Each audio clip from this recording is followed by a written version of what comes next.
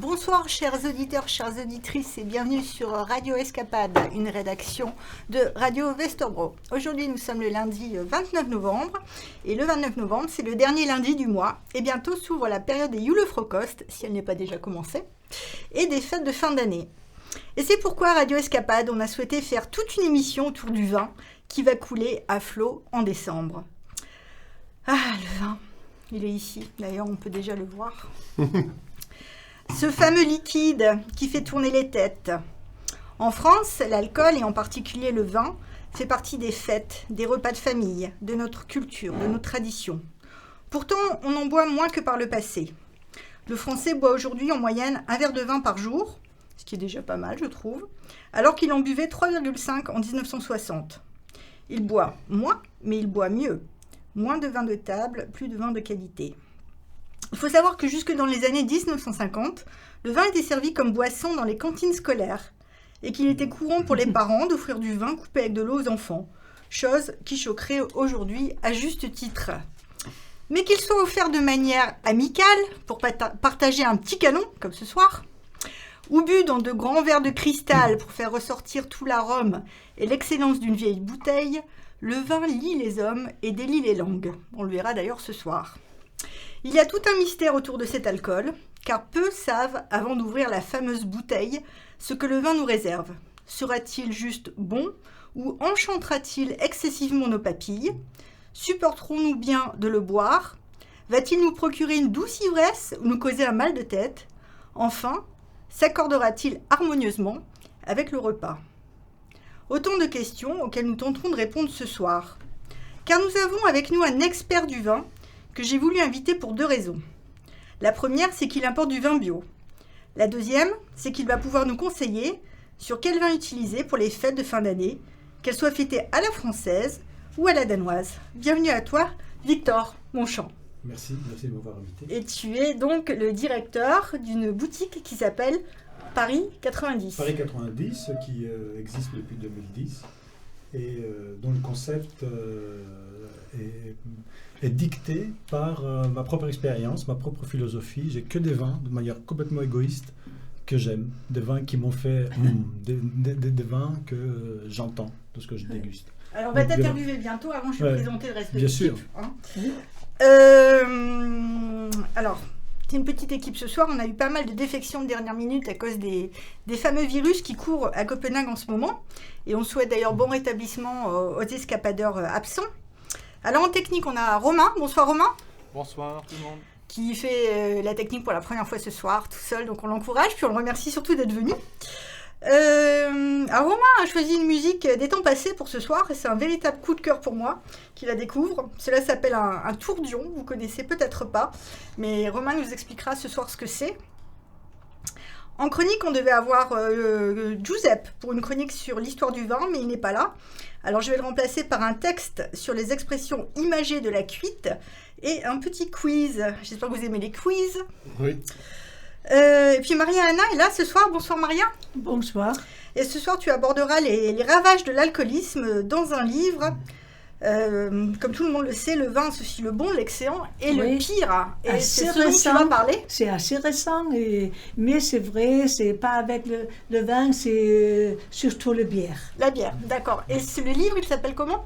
Leurs enfants après eux. D'accord. Et c'est écrit par Nicolas Mathieu. Nicolas Mathieu. Oui, un très grand écrivain.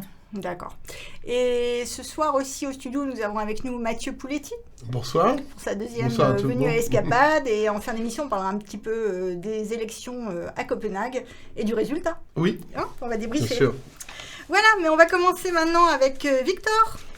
Comme je disais, Victor, caviste à Paris 90. Alors Victor, avant de nous aiguiller sur les vins que l'on pourra déguster durant les fêtes de fin d'année, est-ce que tu peux nous parler un petit peu de ton parcours, où tu vivais avant en France, et puis ce qui t'a amené à Copenhague et à créer cette boutique? Ben oui, donc j'étais kidnappé à Paris il y a 24 ans, donc dernière avant Copenhague. Je suis ce qu'on appelle un Français de l'étranger, donc j'ai pratiquement passé toute ma vie à l'étranger. Mon père a beaucoup voyagé. Ma famille est originaire de la Loire, mais en France, je n'ai habité qu'à Paris. Donc, je m'identifie comme parisien, d'où Paris 90. Quand je suis arrivé au Danemark, j'ai toujours travaillé dans l'agroalimentaire, notamment les produits de la mer, tout en gardant un contact avec la France. J'ai beaucoup travaillé, j'ai continué à échanger avec la France au niveau commercial. Et dans les années 2000, on m'a confié la préparation de la venue UbiFrance à l'époque. M'avait confié la préparation de la venue de 48 vignerons.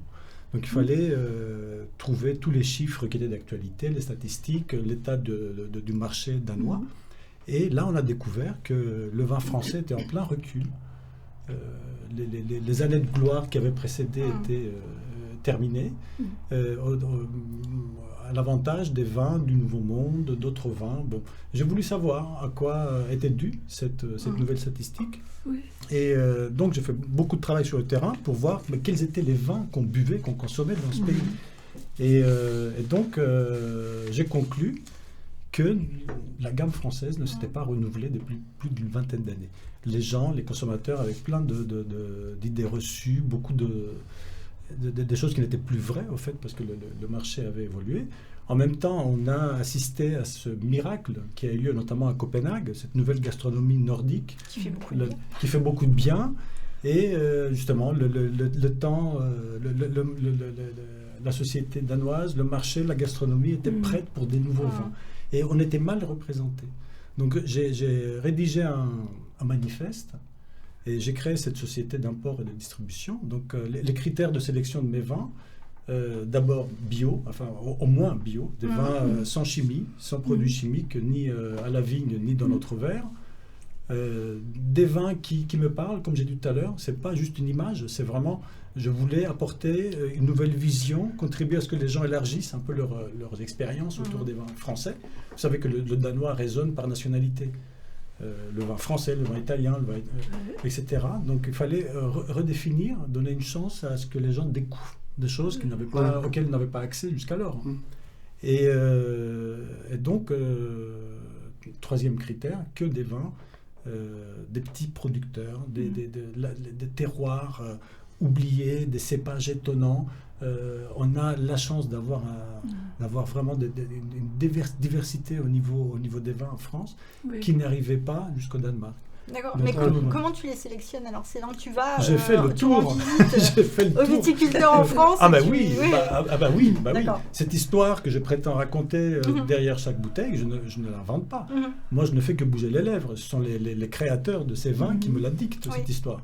Donc mes critères étaient très stricts et tout le monde croit que j'ai un job de rêve. Je fais le tour des vignes, je déguste et je prends des vins. C'est en partie vrai. Mais il y a aussi des vins que je ne comprends pas, que je n'aime pas, qui ne me parlent pas. Et il faut dire non. Et quand tu as quelqu'un en face qui te présente sa vie, sa passion, presque avec l'alarme à l'œil, et c'est très difficile de dire excuse-moi, mais non.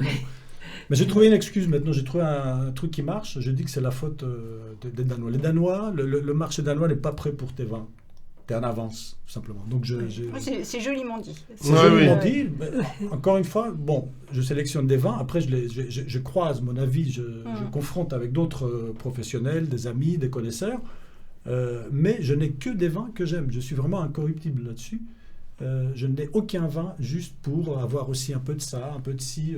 La gamme est entièrement constituée des vins qui me représentent. Tu as une préférence pour certaines régions? Ah non, je suis extrêmement infidèle. Non. Ce serait trop bête de s'attacher à une région. Je pense que la vie est trop courte pour déguster tous les vins qu'il faut déguster avant de mourir. Et je suis partisan vraiment de la philosophie. Chaque verre qu'on boit doit avoir un sens.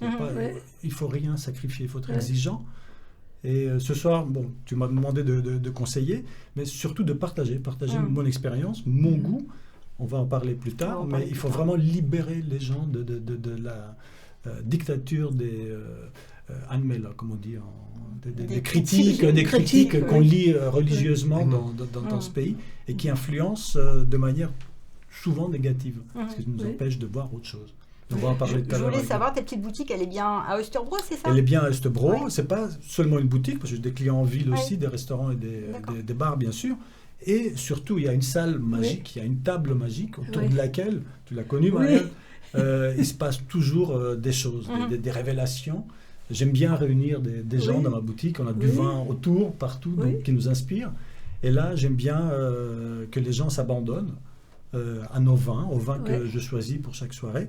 Et je deviens un peu un animateur. Il y a de la psychologie, il y a beaucoup d'histoire, il y a du jeu. Donc c'est. Est-ce que c'est les fameux ateliers? Parce que on voit Alors, il y a écrit des sur. ateliers. C'est ça. Il y a des choses que j'organise moi-même, des soirées à thème. On prend un cépage, une région, un vigneron qui nous rend visite. Ah, c'est bien ça. Mais encore une fois, c'est toujours un débat. Je ne prends pas la parole pour dire mes vérités. Je vais écouter aussi et j'apprends énormément. J'adore étudier mes interlocuteurs parce que, bon voilà, souvent on croit qu'on détient la vérité et puis c'est la seule vérité. Dans le vin, il n'y a pas de vérité. Il y a des goûts, il y a une myriade d'interprétations diverses. C'est comme en politique, Mathieu. Heureusement d'ailleurs. On va rester dans le vin parce que je suis un grand passionné aussi. Je suis complètement d'accord avec toi. Chaque bouteille est différente. Tout le temps, même si on a les mêmes producteurs ou les mêmes régions, ça change tout le temps. On découvre tout le temps. La magie du terroir, on a inventé ce mot justement pour définir, pour désigner, pour décrire ce miracle entre la terre, le ciel, l'homme ou la femme qui prépare ce vin, qui crée ce vin, et puis évidemment la matière première, la vigne, le cépage choisi. Donc c'est de l'art, c'est de la politique, c'est de l'histoire. C'est vraiment très intéressant. Je demande bien de te rapprocher du micro pour qu'on t'entende très bien. Je me posais la question, les vins bio, ça n'a pas toujours existé. J'imagine que les récoltes de vins bio sont un peu plus compliquées que les récoltes de vins ordinaires. Comment ça se passe maintenant? C'est facile de produire du vin bio? Alors, les vins bio ont toujours existé jusqu'à ce que l'industrie nous développe. Évidemment. Donc, on fait des vins depuis 3000 ans et heureusement, il n'y avait pas de produits phytosanitaires dans la Géorgie, l'Égypte, la Grèce, la Rome antique. Donc effectivement, les vins bio tels qu'on les entend aujourd'hui, c'est une certification, ce sont des vins certifiés qui répondent à un cahier de charges bien défini et qui garantissent aux consommateurs non pas une qualité de vin, mais que nous ne buvons pas des produits synthétiques, des molécules synthétiques. Ça, c'est le vin bio. Moi, je vais plus loin que le bio. Je cherche vraiment la vérité. Je cherche, là où c'est possible, des vins qui sont naturels ou le plus proche de la nature. Alors, ça veut dire quoi, nature? Est-ce que tout ce qui n'est pas nature est surnaturel ou artificiel? Il y a tellement de choses qu'on est autorisé à ajouter, à faire pour changer ou influencer la substance de notre vin. C'est limite scandaleux.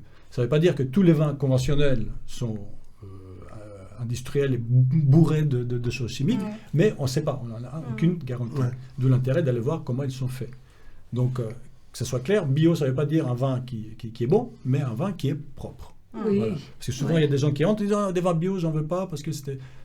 Je veux dire, il faut bien éclairer un peu les consommateurs là-dessus. Je comprends bien qu'ils soient confus, parce qu'il y a tellement de termes qui volent, qui circulent partout.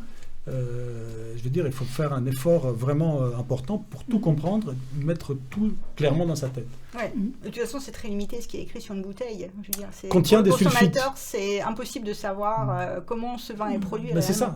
Alors, ce qui est drôle, c'est qu'il est obligatoire, même pour les vins qui ne contiennent pas de soufre ajouté, de sulfite ajouté, il est obligatoire d'indiquer contient des sulfites. Parce qu'il y aurait une partie de la population qui serait allergique, donc il faut... avertir. Mais tout le reste qu'on utilise, que ce soit à la vigne ou à la cave pour élaborer le vin, on n'est pas obligé. On n'est pas obligé d'indiquer comment le vin contient ce qui est susceptible de contenir. Alors qu'il y a jusqu'à 250 molécules synthétiques qui sont autorisées, qu'on retrouve souvent dans notre verre. Donc c'est ça qui est un peu étonnant. Bon, vin bio, biodynamique, ce sont des vins sans chimie, encore une fois. Vin naturel, il n'y a pas de certification. Souvent, les gens qui s'aventurent à produire des vins nature, ils sont convaincus dans la cause biodynamique, bien entendu, mais ça ne nécessite pas forcément une certification. Donc, vin nature, c'est comment on fait le vin, comment on élabore le vin. Donc, pour faire court, vin naturel, c'est un vin où on n'a rien ajouté, rien enlevé. Donc, Après, comme c'est très à la mode, on entend de plus en plus de vin nature par-ci, vin nature par-là. Il faut vraiment être très attentif. Il faut être vigilant parce que voilà, tout n'est pas nature. Et puis, c'est pas grave si un vin est légèrement filtré ou s'il y a un peu de soufre naturel qui est ajouté à la mise, par exemple, pour protéger le vin. Je vous rassure, le soufre, c'est pas la pire des choses. On l'a déjà dans notre métabolisme. C'est surtout tous les produits chimiques, les intrants qui changent de la nature, la consistance du vin. Ouais. D'accord. Ta boutique, quand tu l'as nommée Paris 90, pourquoi 90 ? 90, alors, Paris 90, c'est ma présence au Danemark. Donc, tu arrives en 90 ? J'arrive pas à 90, mais en 90, je fais la rencontre de la personne qui m'a kidnappé 7 ans plus tard. Okay. Donc, c'est ma fille qui a trouvé cette appellation. Et pour symboliser justement ma naissance en tant que Danois, ma future naissance en tant que Danois. C'était à Paris en 90 que j'ai rencontré sa mère. D'accord. Donc voilà, c'est ma fille qui l'a. C'était 3 ans plus tard, c'était pas loin. Oui. Alors, ce sont bientôt les fêtes de fin d'année. Et est-ce que tu peux nous aiguiller sur quel vin choisir pour accompagner harmonieusement un repas de fête, qu'il soit danois ou français ? Parce que c'est pas les mêmes plats. Hein. On a tous nos traditions et c'est très différent de la France au Danemark. Alors, qu'est-ce que tu peux nous conseiller ? Alors, je vous conseille de profiter de cette période où on boit beaucoup, on mange beaucoup, de découvrir vraiment la diversité de nos vignes, de nos terroirs, de notre vignoble, plutôt que de rester scotché sur des conseils de Victor, de n'importe quel Victor. C'est vraiment l'occasion. On boit de toute façon. Donc, tant qu'à faire, profitez-en pour voyager. Voyager avec vos papilles. Effectivement, il y a des vins qui s'apprécient mieux avec certains mets, et puis inversement. On va en parler, si vous voulez bien. Mais d'abord, je vous conseille d'être infidèle, de profiter. La seule chose que je dois... si vraiment on parle de conseils, c'est de choisir des vins propres, c'est-à-dire bio, nature, biodynamique. Tant que vous avez la possibilité, choisissez des vins bio. Ça, c'est pour votre propre bien. L'origine et les cépages, le type de vin, effectivement, je vais vous dire ce que, personnellement, je vais boire. Je sais que je vais me noyer dans certains vins, je vais dévorer d'autres, donc je vais profiter moi-même de tous ces repas et toutes ces différentes occasions pour boire et manger, pour justement diversifier l'expérience. Donc, je vais plutôt vous parler de stratégie lors d'une soirée, d'un dîner. J'aime bien monter en puissance, par exemple. Donc, commencez toujours avec des bulles fines, un bon pétillant naturel, champagne, évidemment, des bons champagnes, sans beaucoup de dosage, voire zéro dosage, si vous avez l'occasion de trouver quelque chose de pur, pour préparer les papilles, justement, à une fête. N'oublions pas que nous mélangeons, on les sollicite beaucoup. Donc, si on veut vraiment profiter de manière optimale de tout ce qu'on va déguster, il faut penser à les reposer un petit peu. Alors, les bulles aident toujours à ça. Ça repose, ça remet à zéro les goûts précédents. Donc, faire une petite pause bulle pendant le repas, c'est toujours bienvenu. Donc, choisir un vin pétillant, léger, effectivement, on ne va pas ajouter de l'alcool à l'alcool. Le vin contient aussi de l'alcool, donc il faut faire chacun sa capacité, bien sûr. Donc, il faut faire ses calculs et puis surtout s'écouter. Parce que dès qu'on commence à perturber, on ne sent plus rien. C'est dommage. Si on a suivi une stratégie, on a des bons vins, et que ça se termine de manière un peu saturée, c'est dommage, on ne se souvient plus de rien. Mais en faisant attention, en prenant des petits verres, les déguster avec attention, je pense qu'on y arrive vraiment à une addition de belles expériences durant le repas. Donc des bulles pour commencer, ou un vin blanc bien frais. Si on prend le repas danois, très très riche et avec des goûts vraiment qui se bagarrent entre eux parfois. On a du salé, on a du sucré, on a beaucoup de vinaigre, on a des choses en saumure qui sont servies, du gras, beaucoup de gras. Donc là, commencer avec des bulles, c'est l'idéal, ça prédispose. Un vin léger, un blanc léger comme intermédiaire avant d'arriver aux choses plus relevées. Par exemple, la Loire, explorer la Loire, c'est le meilleur moment pour comprendre la diversité de la Loire. D'ailleurs, je vous propose de commencer avec une rareté de Cheverny. Je ne sais pas si vous connaissez une micro-appellation. C'est en Loire. C'est en Loire, oui. Très. Oui. Donc avec les 3 cépages rouges, ça peut très bien se boire frais, On voit bien. léger comme une plume. Donc on a le pinot noir, le malbec et le gamay dans la même bouteille, mais très très très subtil.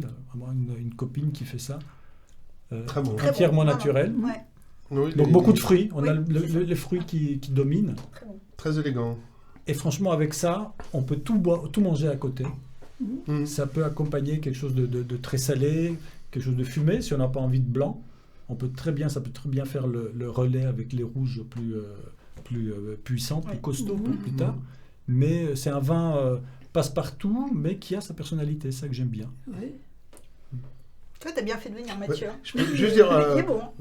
je suis tout à fait d'accord avec toi. Par exemple, un bon saumon fumé, moi, je suis plus rouge que blanc. Certains rouges, dont celui-là, ou un pinot éventuellement de Bourgogne très élégant, peut passer avec du fumé, comme on dit. Alors on n'est peut, pas obligé, ouais. on peut sauter le blanc, parce On qu'on peut va sauter le finir blanc, de ouais. toute façon inexorablement sur des rouges. Oui. Et comme souvent ici, moi, je participe dans pas mal de repas de Noël danois, effectivement, il y a une certaine discipline jusqu'au 3e, 4e verre. Après, on mélange tout. Et vaut mieux avoir des choses qui se mélangent bien, plutôt que des choses vraiment contradictoires. Et après, Complet, donc, ça fait longtemps que tu es là aussi, donc Oui. tu as assisté à ces crimes gustatifs. Je suis tout à fait d'accord. non, mais Ou c'est- par exemple, quand on remet du blanc avec du rouge, moi je suis un peu de la vieille tradition, j'aime bien mes blancs avant le rouge. Voilà. Ben, certains rouges, après, on ne peut plus rien sentir. On peut plus rien déguster. Alors qu'avec celui-là, on peut revenir. On peut revenir à des bulles. C'est un rouge versatile, hein, donc il s'adapte facilement. Et surtout, il y a ce côté frais, agréable. Je veux dire, c'est comme de l'eau de source, c'est un peu dangereux. Mais il faut toujours compter les verres que vous buvez. Hein. Il est très bon en tout cas. Surtout le verre que tu as, Mathieu. Tant qu'on peut Oui. le faire. Ouais. Tant qu'on peut le faire aussi. Tant qu'on peut le faire. En début de soirée, ça va. Après, c'est plus compliqué. Oui, Donc, d'accord. moi, j'aime bien le jeu de voyage, un tour de France, et pourquoi pas un tour d'Europe même. Hein. C'est vrai qu'on a de très bons vins en France, et puis on a la chance vraiment d'une énorme Ah oui. diversité. Il y a d'excellents vins ailleurs aussi qui peuvent avoir leur place, évidemment, qui ont leur place lors des fêtes de Noël. Le nord de l'Italie, la Sardaigne, Sicile, le nord d'Espagne, partout. Des blancs allemands. Il y a vraiment des vins fabuleux dans toute l'Europe. Il ne faut parler que de l'Europe. Donc profitez-en pour déguster, pour découvrir. Soyez exigeants auprès de votre caviste. Demandez du vin bio, d'accord ? Et après, demandez-lui de vous étonner, de vous surprendre, de vous comprendre. Et, De ton côté, dans ta boutique, c'est que des vins français ou tu Que des vins apportes aussi- français ? Oui. Non, que je me considère comme plus crédible, Oui. mais j'incite les gens vraiment à découvrir des vins du monde entier, bien sûr. Bien sûr. D'accord. Alors, en France, on a la chance, certaines régions, effectivement, on atteint les sommets au niveau de l'excellence. C'est vrai que des Bourgognes, des châteaux du Pape, il y a des choses que peu de régions dans le monde peuvent procurer. Et après, on ne boit pas que des grands vins comme ça tous les jours, effectivement. Ah non. Donc, effectivement, il faut aller vers la vérité, des petits vins de terroir. Et puis, quand on a l'occasion, sauter sur un grand vin, effectivement, il ne faut jamais la louper. Oui. Alors, si je résume, des bulles en entrée, après ce vin-là, Ah oui. Alors, un Et- blanc léger. un blanc léger. Frivole, voilà. Avant celui-là. Sur les fruits, Mhm. pour séduire un peu le nez. Mhm. Le nez est très, très, très important, il faut C'est l'avoir vrai. avec nous. De toute façon, il faut avoir tous les sens avec nous. Et puis, je parle des repas danois, effectivement. Passer sur des rouges frais, comme par exemple Comme des celui-ci. rouges de la Loire. Pratiquement tous les rouges de la Loire sont légers, agréables, accessibles, faciles à combiner. On peut aussi aller trouver des petits vins de soif plus au sud. Languedoc, Roussillon, le sud-ouest, on a des vins monocépages fabuleux. La Bourgogne, bien entendu, le pinot noir bourguignon Oui. passe très très très bien avant de monter en puissance, en tanin, en émotion, effectivement. Et là, on trouvera des vins, on ira vers des vins qui prennent plus de place. Là, effectivement, on devra se battre avec ce conflit de tous les goûts qui tombent, qui pleuvent dans la bouche. On a beaucoup de gras, on a de la viande, on a fini avec les produits de la mer. Bon, produits de la mer, c'est du fumé, hein, saumon, anguille. Ils ont pas il n'y a pas la même culture ici de manger des fruits de mer, des crustacés pendant les repas de Noël. on attend C'est le jour le de lendemain. l'an, ici, voilà. Ouais. Mais pendant les repas de Noël traditionnels danois, on a beaucoup de fumée, beaucoup de salé, beaucoup de saumure, et ensuite, effectivement, la viande. Hein. Donc, effectivement, là, on arrive vers des vins du Rhône, du Languedoc, des vins qui prennent plus de place. Musclé. Là, effectivement, là, on attend, hein, on claque. Là, effectivement, il faut qu'ils s'imposent. Ce sont des vins qui doivent trouver leur place dans tout ce qui se passe avec les autres goûts qu'on procure. Et pour les fromages et les desserts. Alors, on Ah fait ben quoi? voilà, alors si on arrive indemne jusqu'au dessert, en fromage dessert, bon déjà le fromage, il y a plusieurs types de fromage. Ouais. Un blanc avec un peu d'élégance, un peu de corps, un peu d'âge aussi, de la Loire, pourquoi pas, Bourgogne, ou alors un peu ambivalent par rapport à la sucrosité, aller vers l'Alsace pour accompagner le fromage. Ou alors des blancs frais, un saumur blanc pour un chèvre frais, des fromages frais par exemple. Mais pour des fromages un peu plus puissants, alors souvent on sert de la confiture, des choses sucrées avec. vrai. Moi je préfère trouver cette sucrosité dans mon verre plutôt que de manger la confiture avec mon fromage. Ouais, je suis Donc d'accord avec toi. un petit pâcherin. Même après 20 ans, Danemark. Mais oui. Donc si on cherche la contrepartie sucrée, un petit Madiran, un petit Vouvray, peut-être trouver un Léon, quand on dit Léon. Vouvray, c'est très bon. C'est très bon. Ouais. Il existe des Vouvray secs aussi, Oui. mais aller vers quelque chose de plus Oui. sucré. Gewürz, en Alsace par exemple. Ah oui, avec le fromage. Avec le fromage, alors des fromages forts, Ouais. si on Ah cherche. ouais, d'accord. Et encore une fois, c'est mon avis personnel, c'est ce que moi-même j'aurais recherché avec un fromage, avec un roquefort, avec un bleu d'Auvergne par exemple. Là, je voudrais quelque chose de sucré, mais doux, et pas une confiture sur un bout de pain avec le fromage. Ou alors un fruit.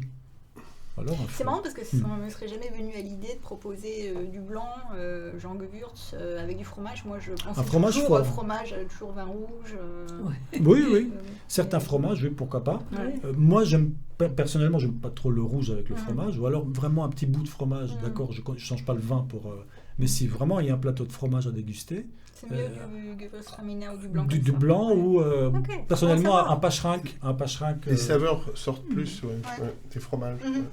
Ça adoucit un petit peu, ça calme l'ardeur d'un fromage puissant, par exemple. Ouais. Mais pour un chèvre, si jamais tu n'as jamais essayé ça, un chèvre frais ou un fromage frais léger avec un verre de blanc de saumure, par exemple, un chenin, Ça sonne bien. c'est fait pour. harmonieux. Mais c'est fait Ouais. pour. C'est fait pour. Il faudra vraiment. que j'essaie. Je vais changer. Plutôt qu'un Côte du Rhône. C'est bon, Ouais. tester. Bah, d'ailleurs, en Loire, il y a beaucoup de chèvres aussi. Justement. Il y a beaucoup de Ouais. chèvres. Ouais. Donc, Non, mais ça passe bien. Et ce fameux, c'est le soir de Noël au Danemark, on mange pas énormément finalement le soir de Noël, du moins dans ma famille, c'est toujours canard, et puis en dessert c'est le fameux riz à l'amande, et généralement il est accompagné de Porto. Moi j'aime pas trop le Porto. Est-ce qu'on peut remplacer par un autre vin? Alors l'avantage de ça, c'est que la moitié des convives s'endort. Voilà, donc ça dépend. Enfin, tu parles de famille, hein, donc il y a des. Alors là, tu as deux générations qui sautent là. Ouais. Donc tu n'as que les jeunes qui restent. Mais effectivement, c'est encore une fois qui a commencé ça. Je ne sais pas. Oui, on peut pas. On peut. Bon, déjà. Non, c'est pas du Porto, c'est du sherry, je crois. Non, du Porto. C'est du Porto, c'est vraiment du Porto. Ils servent du Porto. Et bon, c'est pas désagréable, mais c'est juste, ça fait effet vraiment de. Ça éteint tout, quoi. Ça prend trop de place. Et dans un Porto, il y a quand même 18-20% d'alcool. Donc, effectivement, ça fait un peu trop tôt. Voilà, on prend un coup. On prend un coup. Ça fait mal à la tête aussi. Avec les Porto, après les bons vins. Oui, c'est ça. C'est ça. Et on pourrait remplacer par quoi? On peut remplacer, alors on peut rester dans des choses sucrées et même de la même couleur avec un fabuleux mori. Vous connaissez le mori? Mais c'est mori en Roussillon, presque avec à la frontière espagnole. Royaume de Grenache noir, de Carignan, vraiment superbe. Et ah oui, mori, oui. Le mori est fait de la même manière que le Porto. Donc, enfin, la façon depuis des siècles aussi, moins connu parce que moins de volume. Alors, un peu plus léger, c'est un vin, hein, donc c'est pas aussi fort que donc on peut choisir un mori plus léger, donc on en trouve à 12,5, 13,5%, donc c'est moins fort. Alors c'est plus concentré, donc on boit un petit verre, mais frais. Et puis on n'est pas gavé, on n'est pas, on a envie d'en reboire. Donc ça fait le pont entre les goûts, entre ce qu'on vient de déguster précédemment, et puis la sucrosité du dessert. Et moi, je l'aime bien, il y a beaucoup de nuances. On est moins sur le fruit mûr et plus sur le café, le chocolat. Donc ce sont des nuances qui sont beaucoup plus agréables pour continuer son aventure le même soir. Merci beaucoup pour ces conseils. Encore une fois, je ne veux pas vous conseiller, je veux juste... Ces idées, ça nous donne beaucoup d'idées. Tu sais, Non, pour les non, gens qui ne s'y connaissent pas beaucoup en vin, qui aiment bien Alors, le boire. le Maury, comme il faut moi, absolument qui s'y découvrir, que connaissent ce soit le soir de Noël ou plus tard ou avant. Il faut absolument, si vous ne connaissez pas, il faut vraiment découvrir ça. Ouais. D'accord. Mais le repas de Noël lui-même, parce que je ne sais pas, encore une fois, je ne sais pas qui a commencé Enfin, les Danois sont amoureux, enfin, ils ont su, quelqu'un leur a dit, et depuis, c'est répété tous les ans, qu'il faut boire des vins du Rhône. Donc, le repas de Noël danois, alors c'est les vins du Rhône. Alors, c'est vrai, on peut boire... Le Rhône, c'est fantastique. Moi-même, j'ai 27 appellations dans la boutique. Oui. C'est un voyage qui dure toute une vie. Il y a des trésors partout. Mais boire que ça, parce que c'est ça le problème avec les critiques, c'est qu'on prend un avis comme une dictée gastronomique. Il faut faire ça. Les Danois aiment bien ça. C'est un peu de paresse en même temps. Je ne sais pas, je ne connais pas des Danois qui boivent du Rhône. Non. Pas du tout. Pour Noël, moi j'entends ça tout le mois de décembre dans la boutique. Bon. Ouais. Oui. Et même dans les journaux, tout ça, on dit que pour le repas de Noël, c'est le vin du Rhône. Donc effectivement, ce sont des vins divers qui accompagnent bien une certaine richesse au niveau des goûts, tout ce qu'on va déguster durant les fêtes. Mais toutes ces saveurs-là, je veux dire, sont accompagnées avec d'autres vins aussi bien, ou voire mieux. Le sud-ouest, par exemple, Madiran, pays de canard, le Gers, c'est fabuleux. Alors, un cépage qui pousse que là, en Europe, le Tanat, qui est une petite bombe gustative. Alors, il y a des producteurs, des petits vignerons qui nous font des 100% Tanat. Il ne s'agit pas de faire un vin, il s'agit d'apprivoiser ce cépage qui est complètement sauvage. Lorsqu'ils parviennent, c'est le miracle. C'est vraiment... Il faut absolument déguster ça. Donc, partez sur des Madirans, des vins de Gascogne, des Cahors. Alors, une autre injustice, le Cahors, à cause du prince qui avait un château à l'époque, qui faisait un vin quelconque, il faut le dire, pas mauvais ni bon, mais alors, les Danois, enfin, ça avait éloigné les Danois du Cahors, alors qu'il y a des merveilles. Un bon gaillac bien frais. Donc, il faut vraiment faire le tour. Ce serait vraiment injuste de dire buvez ça et indiquer un seul vin. Ce serait vraiment dommage. Ce serait vraiment injuste. Merci Dominique. Pardon Victor. On va continuer un petit peu l'interview. Je crois qu'on a encore 7 minutes d'interview à peu près pour que tout le monde puisse passer ce soir. J'ai des questions. 2 bouteilles de vin. Et oui. J'ai des questions un peu d'ordre général pour mieux consommer le vin parce que moi je m'y connais pas trop. Comment on fait pour reconnaître un bon vin? Que faut-il regarder? C'est le prix, l'AOC, la mise en bouteille au château, sur quels critères se baser? Alors, il y a plein de critères, effectivement, et malgré tous ces critères, on ne saura jamais, lorsqu'on tombe sur une nouvelle bouteille, on ne sera jamais assuré d'avance de ce qu'on va déguster. C'est aussi le plaisir avec le vin, de découvrir, on est souvent agréablement surpris aussi. Mais effectivement, le prix, après, il y a une catégorie de prix, effectivement, qui détermine non pas la qualité du vin qu'on va boire, mais surtout l'exigence. La hauteur de l'exigence qu'on doit mettre lorsqu'on ouvre cette bouteille. Donc effectivement, des vins de moins de 100 couronnes, on peut tomber sur des petites choses propres, de terroir, très bons vins, sans beaucoup de complexité, ou alors dans la fraîcheur, etc. Il y a plein de petits vins sympas. Alors, comment on lit une étiquette? Mise en bouteille à la propriété ou au château, oui, c'est la garantie que c'est le vigneron qui vous fait son propre vin. Voilà, donc mise en bouteille en coopérative ou par, ça veut dire quelqu'un fait les vins de quelqu'un d'autre, ou alors ce sont des vins de plusieurs producteurs qui sont... Non, pas cépage, mais producteurs. Donc on ne sait pas trop d'où vient notre vin. Alors, les appellations, effectivement, sont aussi des garanties.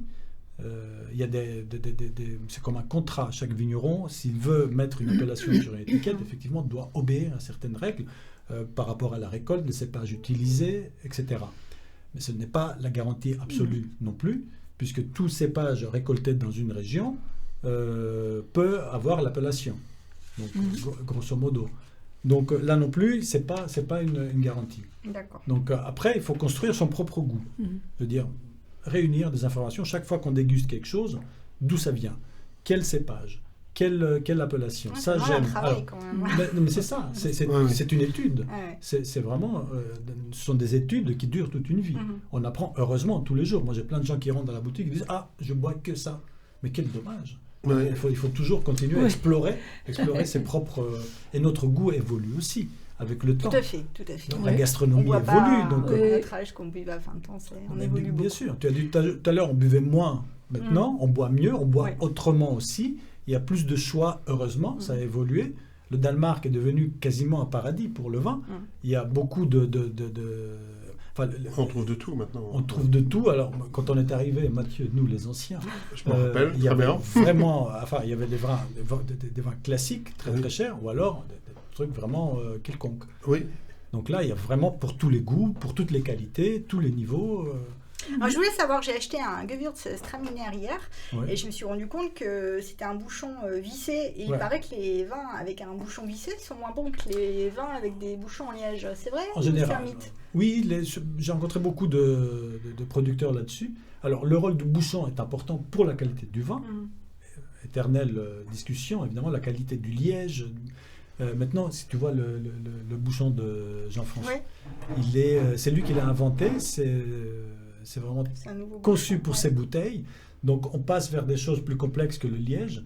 Mais en général, les vignerons qui embouteillent avec des bouchons à vis sont des vins pas chers, sont destinés à être consommés vite fait ou alors lors des événements.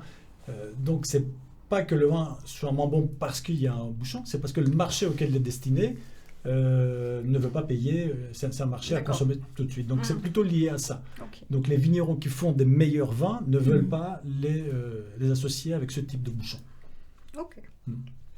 Alors, j'ai remarqué que le goût du vin est aussi soumis, mais tu le disais, à des critères subjectifs. Quand on boit un vin entouré d'être cher, il semble meilleur, ou quand on le boit dans un restaurant classé, il semble meilleur que si on le boit à la maison. Par exemple, il y a beaucoup de gens qui se trompent. Parfois, ils dégustent un mauvais vin dans un restaurant hyper classe et ils le pensent très bon, alors que s'ils le dégustent le lendemain chez eux, ils vont trouver qu'il n'est pas terrible finalement. Donc l'endroit, le lieu joue un rôle. Bon, ça c'est les critères subjectifs, on ne peut pas vraiment les changer. Mais au niveau des critères objectifs, est-ce que par exemple, c'est vrai qu'un vin rouge, avant de le déguster, il faut ouvrir la bouteille 1 heure à l'avance, il faut l'aérer dans une carafe? Est-ce que ce genre de choses et... Alors, il n'y a pas de critères objectifs. Justement, on est tous différents. Et il y a beaucoup de psychologie lorsqu'on déguste un vin. Donc, au restaurant, avec des convives, avec des bons mets, avec une bonne ambiance, on est plus ouvert. C'est ce que j'appelle ça le phénomène Ouzo, le syndrome Ouzo. On va en Grèce, on adore ça, c'est drôle, on est sûr. C'est vrai. On ramène chez nous, alors c'est imbuvable. C'est imbuvable. Ah oui, oui. On se dit, mais pourquoi j'ai tremballé ça depuis... Mais c'est exactement la même chose avec le vin. En revanche, il y a des rituels, il y a des procédures pour déguster de manière optimale chaque bouteille. Il y a des vins qu'il faut aérer, effectivement, il y a des vins qu'il faut carafer. Donc c'est pas tous, juste certains. C'est pas systématique. Alors en général, les vins, on va dire, moins...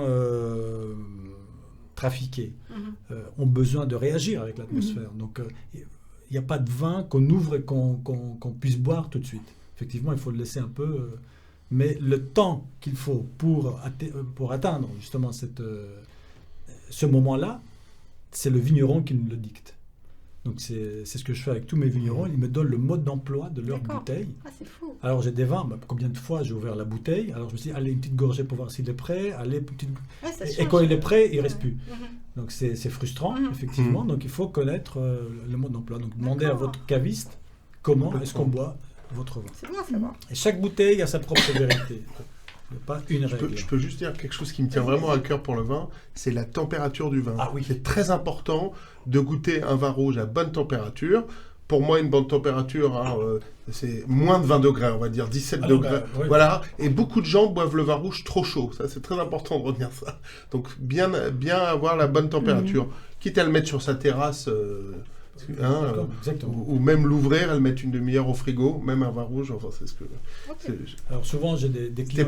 T'es d'accord avec ça? Ouais. Je suis absolument d'accord. Tu dis 20 degrés, moi je dirais plutôt 16. Non, quand je dis en dessous 20. En dessous, oui. 16 ou 17. Ouais. Commencez carrément... Parce que c'est là où il y a les saveurs. Vous pouvez mettre votre rouge un quart d'heure, 20 minutes dans le frigo. Voilà. Servez un tour, remettez-le dans le frigo. De toute façon, il peut se réchauffer. S'il est trop frais, il se réchauffera. S'il est trop chaud, il ne refroidira pas. Non, c'est ça. Et le vin blanc, alors, on doit le boire tout juste sorti du frigo ou... Alors, c'est pareil. Effectivement, il faut le conserver dans le frigo, mais très rapidement, il atteindra les 10-12 degrés qu'il faut pour le déguster. 10-12 degrés, d'accord. Oui, il ne faut pas le boire trop froid, c'est vrai, parce que des fois... Pas trop froid, c'est dommage. C'est dommage. Mais à la rigueur, vaut mieux 1 degré de plus qu'un degré de... Alors, 1 degré de moins plutôt qu'un degré de plus. D'accord. Ouais. Non, je dis ça parce que souvent au Danemark, les vins sont trop chauds, les gens le laissent fait, près de la cheminée. On ne sait plus comment on le boit. Température ambiante, c'est un malentendu, parce que maintenant on est tous à 25 degrés. Maintenant. Voilà, alors qu'avant c'était dans les châteaux. Ici, mais là, ce soir, il fait trop froid en dehors pour laisser les bouteilles. Il ne faut pas les laisser dehors. Ah oui, non, là c'est un peu froid. 10 minutes. Tiens, on va voir comment il est celui-là, parce que j'y tiens beaucoup. Oui. À Josette.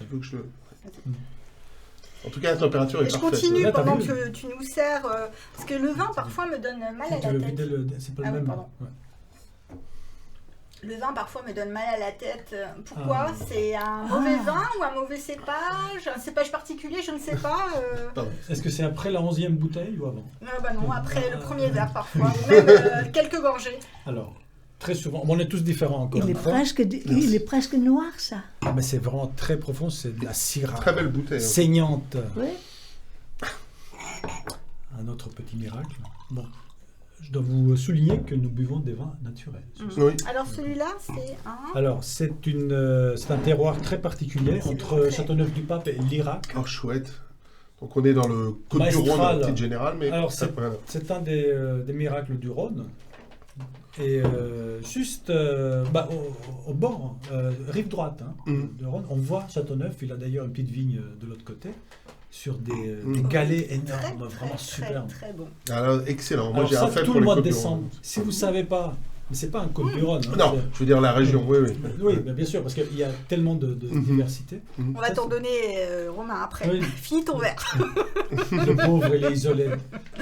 On pense à toi, Romain. Donc le vin qui donne mal à la tête, c'est lequel? C'est le mauvais vin ou... Oui. Ce sont tout ce qu'il contient. On Parce que réagit nous, tous différents. On n'achète pas de mauvais vin, on achète toujours des vins assez chers. Donc ça peut être cher et mauvais. Donc. S'il n'est pas mauvais parce que le vin est pas mauvais, propre, encore une fois. Alors il contient des choses, il ne nous informe pas. Alors que quand on achète une charcuterie ou n'importe quel produit alimentaire, lorsqu'il est... Mais si, il y a pas quand tout même... le temps informé surtout non plus. Pas surtout, mais ils sont tenus, ils sont obligés de nous informer lorsqu'il y a des produits, des conservateurs, des colorants, etc. Pour le vin, on ne le fait pas, alors qu'il y en a beaucoup plus que dans une charcuterie.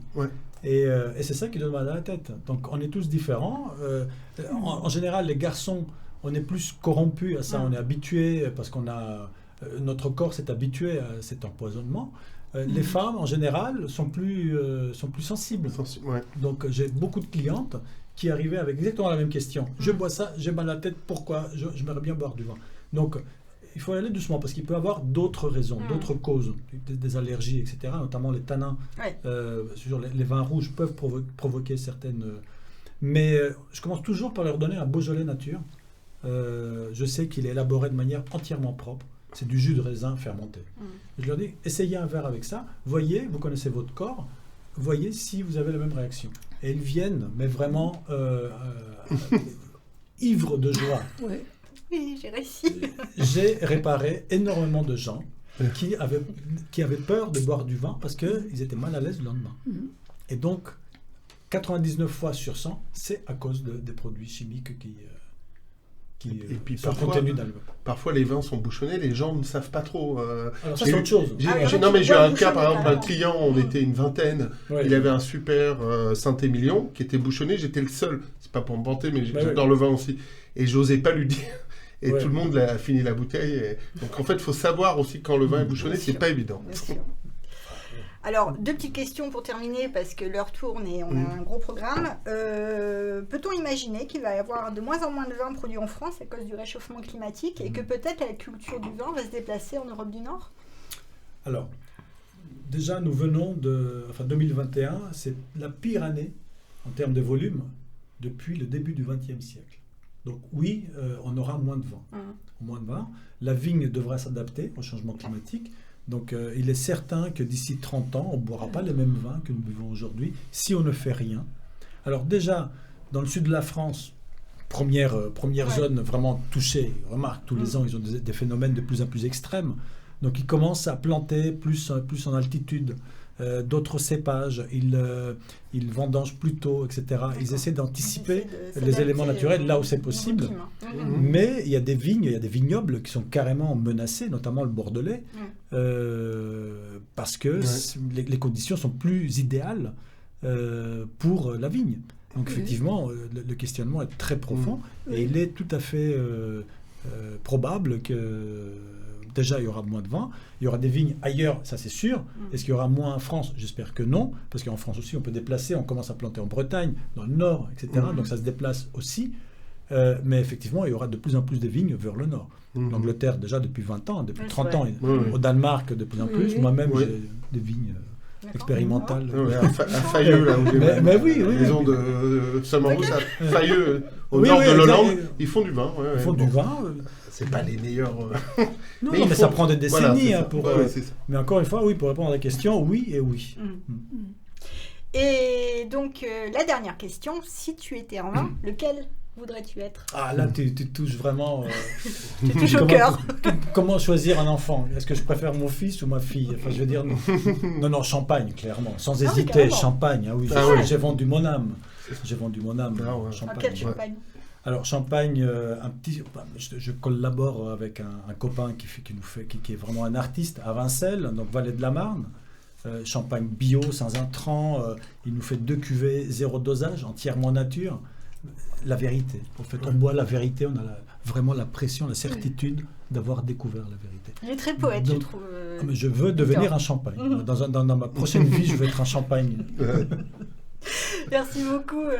Merci à vous. Merci tu as aussi ce champagne dans Durdon-Beauval. Je ne voulais pas le nommer pour ne pas faire la pub, mais c'est ce champagne que je veux devenir. Excellent. Bien, Ludovic, si tu nous entends, bonjour. On va terminer cette interview sur une petite musique, et ce sera bien sûr une musique sur le vin, le petit vin blanc. Radio Escapade.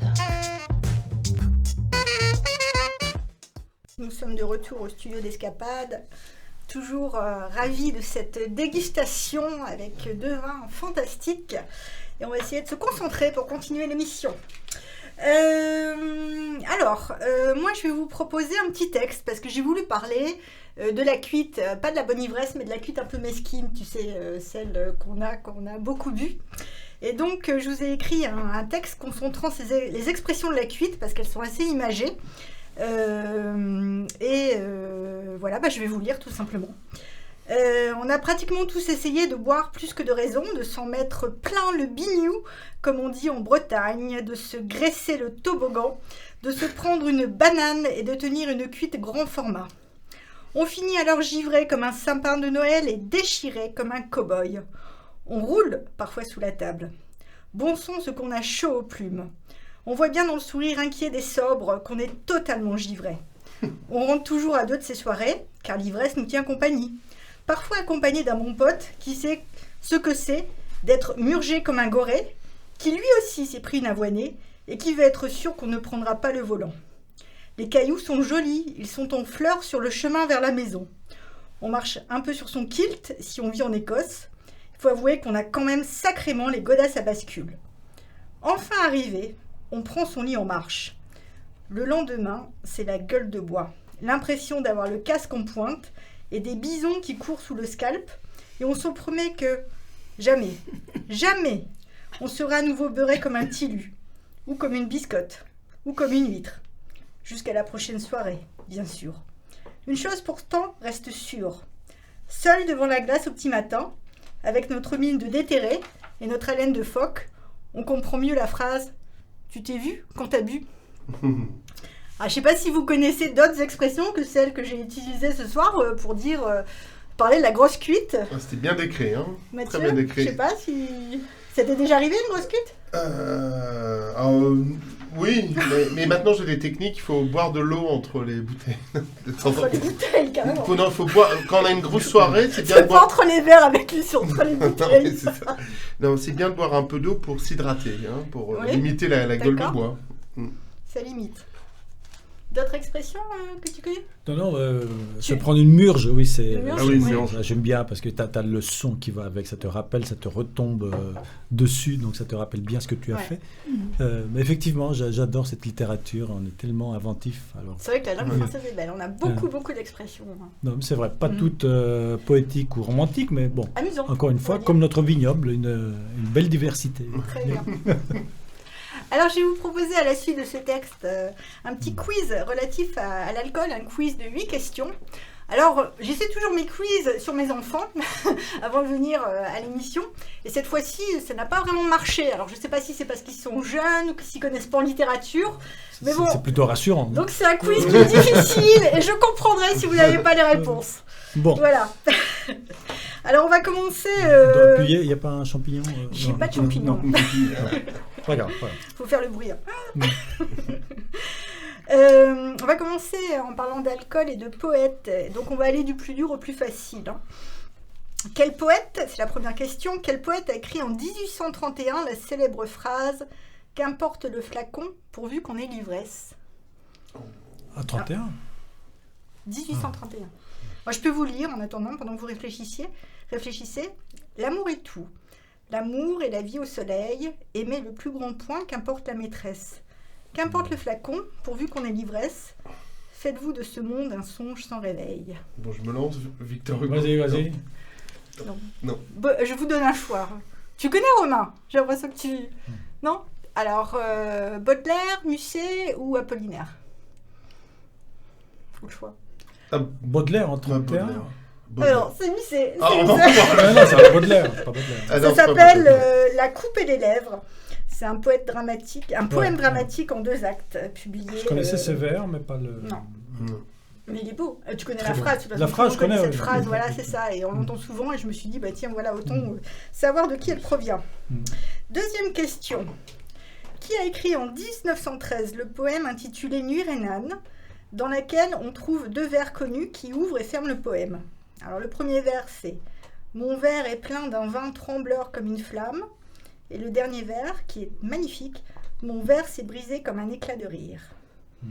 Même chose. Musset, Guillaume ou Baudelaire? Apollinaire, oui. Oui, Apollinaire. tout à fait. C'est Apollinaire, Ouais. dans son recueil de Un peu, poèmes ouais. Alcool. Ouais, oui. Oui. Ouais. Un point pour Victor. Troisième question. Quel grand poète français, souvent torturé par le spleen, recommande de s'enivrer en écrivant la prose suivante? Il faut être toujours ivre, tout est là. C'est l'unique question, pour ne pas sentir l'horrible fardeau du temps qui brise vos épaules et vous penche vers la terre. Il faut vous enivrer sans trêve. Mais de quoi?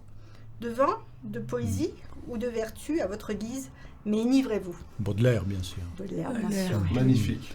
C'est un des J'ai plus ce beaux que tu viens de poèmes de- citer, t'es jamais venu dans ma boutique. Non. Et sur le mur, juste au-dessus de mes Bourgognes. Ah, tu J'ai l'as- repris ce- Ah, le ouais. passage de Ah Baudelaire. bah oui, mais ça inspire. Ah, c'est magnifique. Mm. Et ça a été repris, je crois, par... comment il s'appelle? Un chanteur. Le nom va me revenir. Ça va me revenir. Il l'a adapté, on voit souvent la vidéo. Serge Reggiani. Ah oui. Reggiani, oui, bien sûr, oui. Et Qui il le récite dit Un amoureux des magnifiquement. poètes. Ouais, tout à fait. Il a fait 2 albums, je les recommande, Mhm. en conduisant, si vous avez de la route à faire, Mhm. écoutez Reggiani et ses poètes. Ouais. C'est magnifique, Mhm. magnifique. Voilà, donc c'était Baudelaire. 2 points pour Victor, disons. Très cultivé, oui. Alors, quatrièmement, on va deviner un alcool bien connu en littérature. Que suis-je? Je suis un alcool vert appelé la fée verte, titrant entre 45 degrés et 90 degrés. Ouais. L'absinthe. Ouais, J'essaie de me rattraper, hein, quand même. Très bien. Faut que je me rattrape. Alors, c'est dans l'Assommoir de Zola. Hein, ouais. et cet Oui, alcool Zola. fait le malheur de Gervaise. Pour L'absinthe, très pouvoir bien. devenir aveugle. C'est À vrai. l'époque, Ouais, ouais. À l'époque, Et ouais. puis halluciné. on est devenu Ouais. aveugle. Ouais, c'est Euh, c'est ça. Ah, mais c'est vrai, Ouais, non, c'est mais, vrai. complètement Mhm. dément. Vraiment, ouais, Ouais. tout à fait. Faut dire que c'était très frelaté aussi à l'époque, la Ouais. manière dont on faisait l'alcool ici dans les années. Van Gogh, je crois qu'il aimait bien aussi. Ouais. C'est vrai. Alors, 5e question. Dans un registre plus léger, comique maintenant, essayons de deviner qui a écrit cette phrase. Ça, c'est pas facile. Hein. Tout n'est pas si rose dans la vie, comme le dit si justement l'alcoolique. Alors, si rose, ça s'écrit pas comme la couleur, hein, ça s'écrit comme la maladie. Excellent. Mais le jeu de mots est Coluche. Pas loin, c'est pas Coluche. Même Le le C'est lion. c'est un écrivain qui a publié 175 San Antonio. Ah, Ah, ok. bah, c'est- Bah oui. Bah, celui qui a écrit... Frédéric. De quelque chose. Oui, ça commence de par Villiers. Non. Un mot très court. Non, Frédéric, Ah. Frédéric, c'est son prénom. Ça te dit revient pas? Frédéric Dard. Frédéric Dard, tout à Dard. Là, je sais pas, j'ai eu un flash. fait. Ou alors t'as vu ma feuille. Ah non. C'est écrit en grand, alors c'est possible. Frédéric Dard, dans Non, un titre magnifique. je suis né en 72, j'ai quand même un peu de ressources. mais Tu l'as lu jeune parce que c'est Non, par écrit en contre- 82. L'année de la moule en 82. Non, ça je l'ai pas. C'est La donc lettre de ça. la- Non, ça je l'ai pas lu. Je m'en serais souvenu. Ça, j'ai loupé. Alors, Bon, 6e question. Quel comique français a joué le personnage de Gérard, un père qui fait la morale à son fils, fumeur de hashish, et qui lui conseille de boire plutôt que de fumer? Avec la célèbre phrase « Gérard, le pinard, ça devrait être obligatoire. » Coluche. Oui, Coluche. Oui. C'est facile, là. Super. 7e question. Dans Les Bronzés font du ski, ce film culte de 1979, nos malheureux bronzés perdus dans la montagne ont la chance de trouver refuge chez des montagnards accueillants qui leur proposent une liqueur qui va arracher et leur broyer l'estomac, rendant cette scène culte. Mais de quoi est faite cette liqueur? Je sais ça qu'il y remonte avait à- une grenouille dedans. Ouais, il y avait un crapaud dedans. Un crapaud. Crapaud, quand Ça même. remonte un peu plus. Un crapaud, ouais. Qui avait gonflé, qui était séché Ouais, et qui avait gonflé gonflait dedans. avec l'alcool. J'adore cette scène. Ouais, ignoble. Et il y avait un autre ingrédient, Euh, crapaud et, pour un truc harmonieux, échalote. Ah oui, Voilà, c'est ça, la liqueur d'échalote. Ça donne envie. excellent. Ah, bah c'est bien, vous vous débrouillez bien. Et la dernière question, 8e question, qu'est-ce que ça veut dire en français, faire un canard? Ne me dites pas qu'on utilise ça que dans le nord de la France. Bah, Ah si, oui, si, si. Vous avez jamais entendu? Non, faire un canard, non? Faire un canard, non? Bah si, c'est... On peut poser un lapin, mais faire un canard. Ah oui. Faire un Connais canard. Romain, peut-être? Faire un canard? Non, ça ne me dit rien du tout. Non. Ah, je vais C'est vous faire expliquer. une trompe, c'est comme une tromperie, non? C'est pas ça? Non, pas du tout, Non. c'est relatif à l'alcool. D'accord. Bah Donc, oui. Oui. Avec, il y a du sucre, non? Oui, voilà. Dans la petite cuillère, on Ça met revient. le... Oui, c'est bon grand. Ouais, ça revient quand j'étais petit. C'est vrai qu'on fait Ah, plus c'est- du tout ici Non, au le Danemark. canard du grand-père, je m'en Pour les La autres petite vies. cuillère. Pour les autres vies. Alors, pour les autres vies, oui, ça oui, colle pour les fort. autres vies, ouais. Et il donnait ça aux petits. Ouais. Ouais. Alors c'est quand on est petit qu'on n'a pas le droit d'avoir son verre de digestif et que tous Ouais, les ouais. adultes le prennent et il y a des couleurs magnifiques hein, comme la verveine, ça tente. Et donc on prend un morceau de sucre et puis on le trempe dans le verre de digestif et puis on déguste son canard. On peut le faire dans le café aussi. J'ai vu ça en Alsace où résidait ma grand-mère et ils appelaient ça mettre du sucre dans le. Ouais. Il y a peut-être Mais des non, expressions un canard. différentes Ouais, selon ouais, les c'est vrai, régions, c'est hein, vrai, c'est ouais. possible. Ouais. Mais c'est quelque chose qu'on fait aussi en Ah Alsace. ouais, faire un alors. canard. Ouais. Ouais. Oui, oui, Après, oui, tous ça, les ouais. enfants étaient très calmes. Ouais. quand même. Ah ouais, Au lit direct. Ah oui, on dormait pendant toutes les vacances, c'est incroyable. Ah oui, c'est ça, tout le monde. Je connais seulement un froid de canard. Oui, froid de Un canard. froid ouais, de c'est canard, ça. ouais. C'est vrai. Un froid de Comme ce canard. soir. Oui, comme On ce a soir. beaucoup d'expressions comme ça en français. Ouais. Bien, très bien. Bon, et bien maintenant nous allons passer à Romain parce que Romain a un petit sujet ce soir et son sujet c'est le tourbillon. Alors tu vas nous présenter ça, Romain. Oui, tout à fait. Alors, afin de rester dans le thème du vin, j'ai souhaité vous présenter une chanson qui était très populaire au XVIe siècle et qui s'appelle « Quand je bois du vin clairé ». Alors, c'est une chanson rendue célèbre par l'imprimeur et libraire Pierre Athénian entre 1528 et 1530, mais dont l'auteur, malheureusement, est encore aujourd'hui inconnu. Et premièrement, pour la petite anecdote, c'est le vin clairé qui, à cette époque, donc très en vogue chez nos amis anglais, et on sait qu'ils ne furent pas toujours nos amis, aura fait la fortune de bon nombre de producteurs dans le Bordelais. C'est un vin dont la fermentation est plus courte que celle du vin rouge, mais qui reste malgré tout plus tannique que le vin rosé. Et d'ailleurs, le Bordeaux clairé est aujourd'hui une appellation d'origine contrôlée, qui va être réservée aux vins de Bordeaux qui souhaitent bien évidemment, conserver l'héritage de fabrication traditionnel du clairet. C'est un vin rafraîchissant, particulièrement apprécié lors des pique-niques d'été, et dont certains poètes, selon le dire, affirment même qu'il pouvait prévenir la peste. On se rappellera tout de même que cette maladie, à ce moment-là, aura quand même failli décimer le tiers de la population européenne au milieu du XIVe siècle. Mais revenons à notre composition, si vous voulez bien, parce que Quand je bois du vin clairet est une composition joyeuse et enivrante, sans mauvais jeu de mots, bien évidemment. Cette composition nous invite à la danse, et pas n'importe laquelle, au tourdion, une danse de couple qui fut très en vogue, bien qu'éphémère, dans un siècle que l'on sait marqué par la récente découverte de l'Amérique de Christophe Colomb et l'avènement de nouveaux mouvements culturels, bien évidemment, le mouvement de la Renaissance. Et le tourdion, c'est le chanoine et compositeur contemporain Toineau Arbeau qui nous en parle le mieux. Que nous dit Toineau Arbeau? Il nous dit « L'air du tourdion et l'air du gaillarde sont de même. Il n'y a de différence, sinon que le tourdion se danse bas et par terre, d'une mesure légère et concise, et la gaillarde se danse haut, d'une mesure plus lente et pesante. Tandis que vous faites bien de demander l'air d'un tourdion, car, quand les airs sont connus par le danseur, et qu'il les chante en son cœur avec le joueur d'instruments, il ne peut faillir à les bien danser. » Fin de la citation. Le tourdion se caractérise donc par un pas de danse rapide et légèrement subtil. Et peu importe l'habileté que vous aurez à faire tout cela en même temps après un bon repas festif, l'important est que vous y allez de gaieté de cœur. Mais alors que l'auteur de la musique Quand je bois du vin clairet nous est encore inconnu aujourd'hui, tel que je le disais précédemment, il nous faudra attendre 1959 pour que le musicien César Geoffrey, en s'étant bien évidemment inspiré des chansons à boire de l'époque, rajoute à la composition les paroles suivantes. Quand je bois du vin clairet, ami, tout tourne. Aussi désormais, je bois Anjou ou Arbois. Chantons et buvons, à ce flacon faisons la guerre. Chantons et buvons, les amis, buvons donc. À partir de là, l'intention paraît assez claire et le cadre est posé quand même. Notre ami n'a pas prévu d'en rester là. Et d'ailleurs, encore aujourd'hui, ce chant résonne parfois dans certains bars populaires, faisant écho à une époque où on festoyait, à ce qui fut autrefois, la santé du roi de France. Quand je bois du vin clairet, interprété par Jordi Saval et son ensemble Inspirion 21, on écoute ça tout de suite. Radio Escapade. Voilà, ces petites chansons à boire me manquent. Ça me rappelle ma tendre jeunesse. On n'en fait pas beaucoup de chansons à boire, je trouve, au Danemark, ou alors je suis tombée sur les mauvais Danois. Non, c'est vrai, ça, il n'y en a pas beaucoup, Le truc au frontibus, au nasibus, j'ai jamais essayé ça ici. Tu devais être très jeune, tu devais être très jeune en 1550. Très jeune, mais il y a beaucoup de mariages dans ma famille, donc moi je faisais avec la limonade à l'époque, mais c'était marrant quand même. Voilà, chronique littéraire maintenant, avec Mariana, qui va nous parler du livre de Nicolas Mathieu, Leurs enfants après eux. Oui. Merci. Ça, c'est pas pour la radio, mais juste pour vous montrer, c'est juste ici, en dessous de Luxembourg. Dans l'est de la France, en Moselle, cette petite ville Ayance qui est réduite à rien. Alors, je veux... À cause de la désindustrialisation? Oui, c'est ça. Je veux parler de ça. Alors...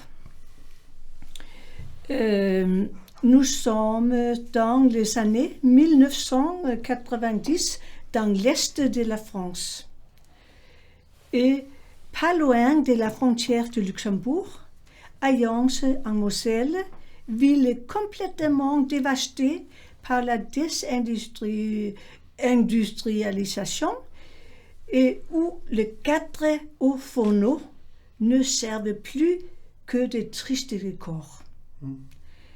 Le taux de chômage est élevé, le trafic des drogues augmente, l'alcoolisme aussi, l'ennui s'empare de chacun, l'été est chaud, il n'y a rien à faire, sinon glander en écoutant Nirvana, en attendant mieux pour un jour prochain.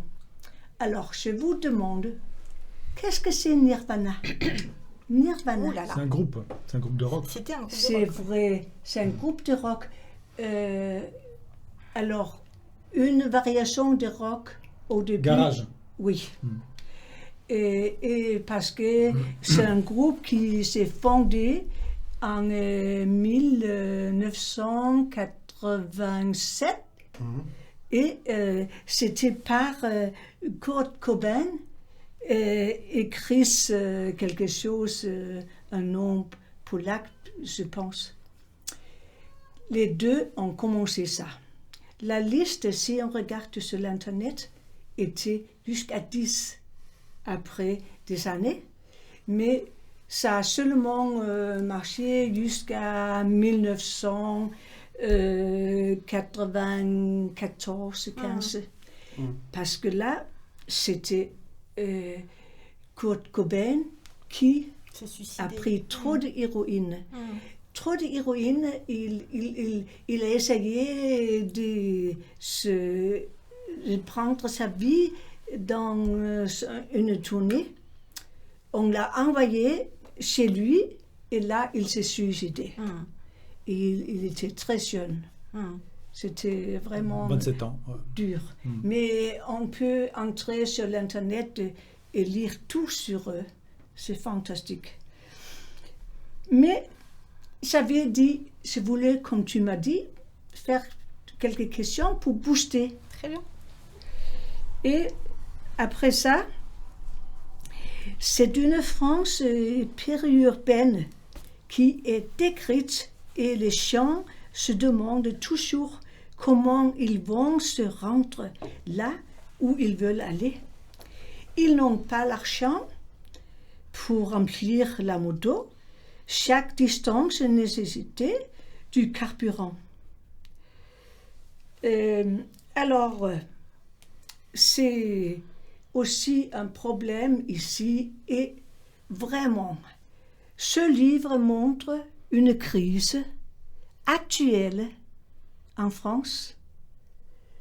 Des jeunes et moins jeunes, plus âgés peut-être, qui sont descendus dans la rue depuis 3-4 ans.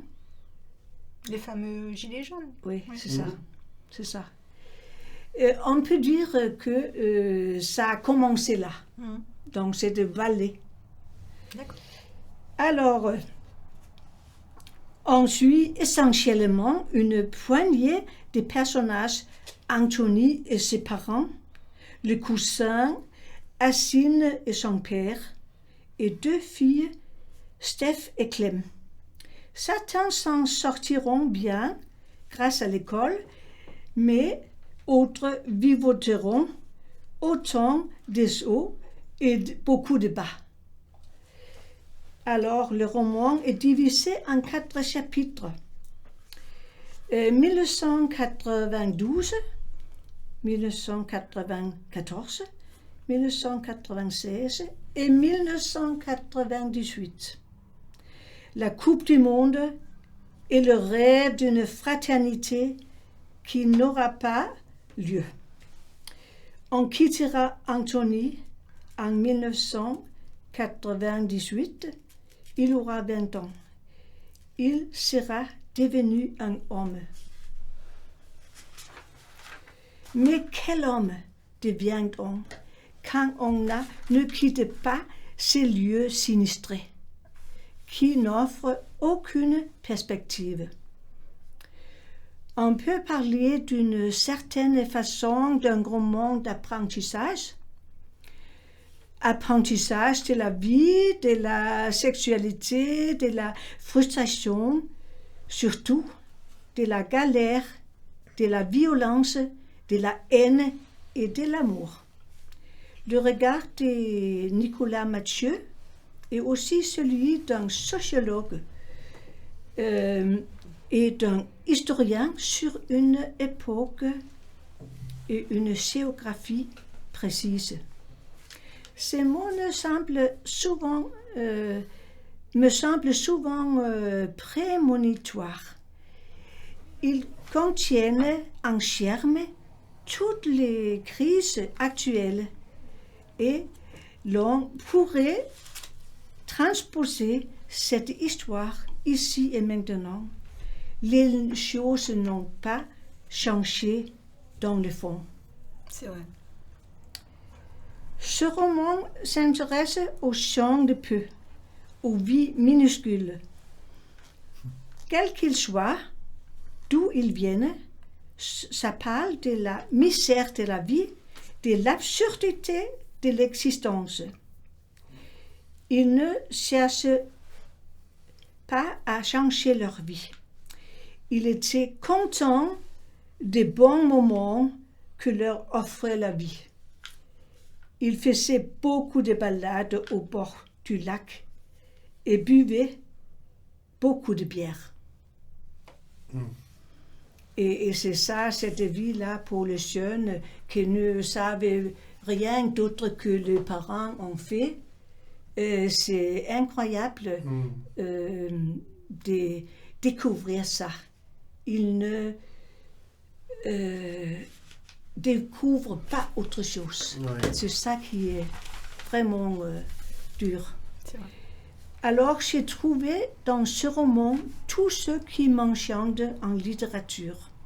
Une écriture d'abord à la fois crue, sensuelle, poétique, capable de faire ressentir les premiers émois de l'amour physique.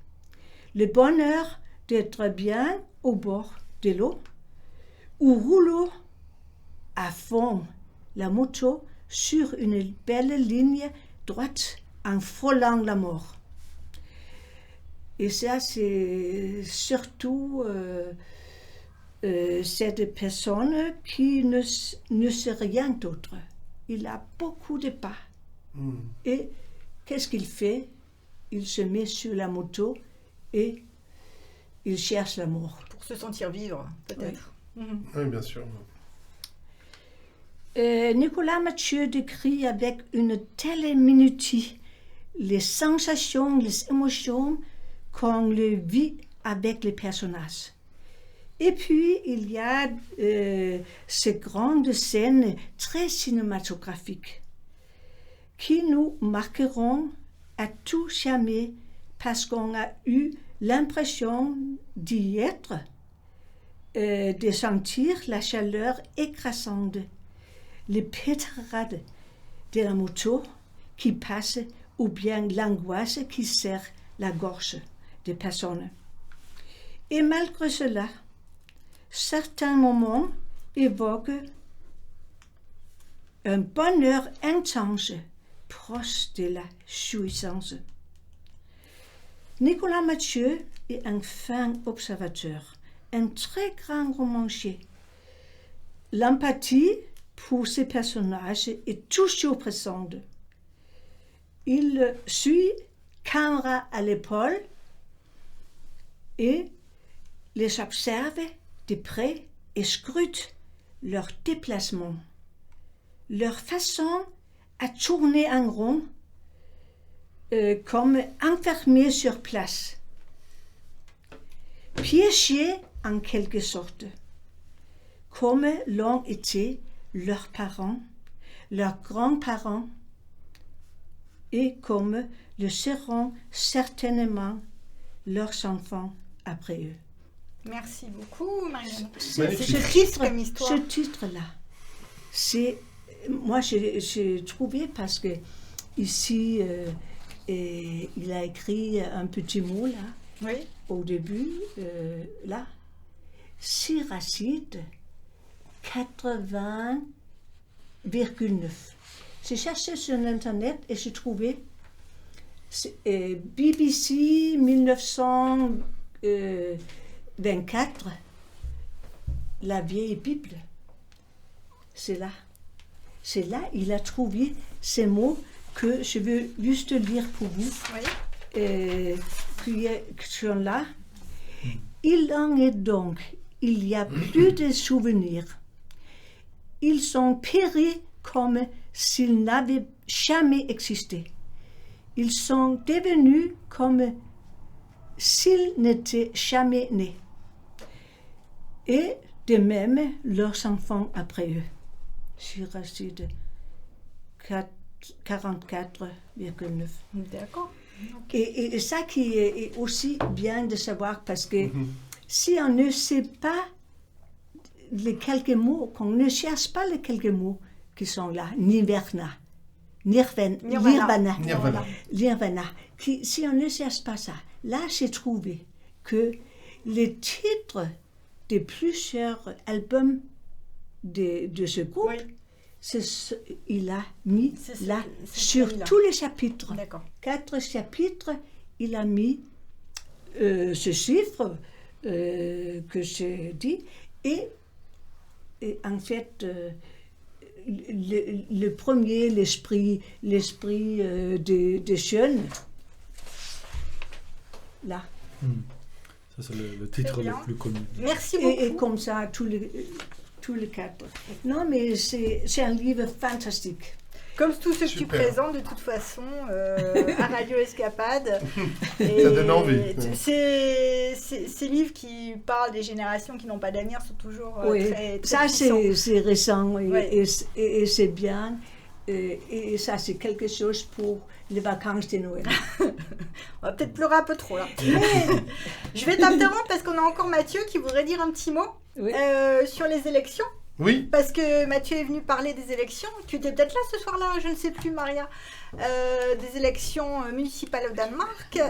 Et tu t'étais présenté pour le mouvement Volt. voilà, Alors exactement. raconte-nous, comment ça s'est passé? Alors, en fait, on est, malgré une certaine déception qui s'est expliquée par le fait qu'on était face à des très grands partis, qu'on n'avait pas fait de placard, comme on dit en danois, ça a peut-être été une erreur de notre part, on ne nous connaissait pas assez, on est face à des machines importantes Voilà, comme surtout social-démocratie, à Frederiksberg. Venstre, conservative.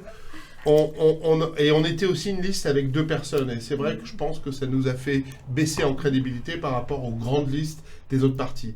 Mais malgré tout, on a eu un peu plus de 100 voix, 105 voix si je dis pas de bêtises, ce qui était beaucoup moins que ce qu'on pensait, mais on est assez content parce qu'on a fait gagner la coalition verte, grande coalition.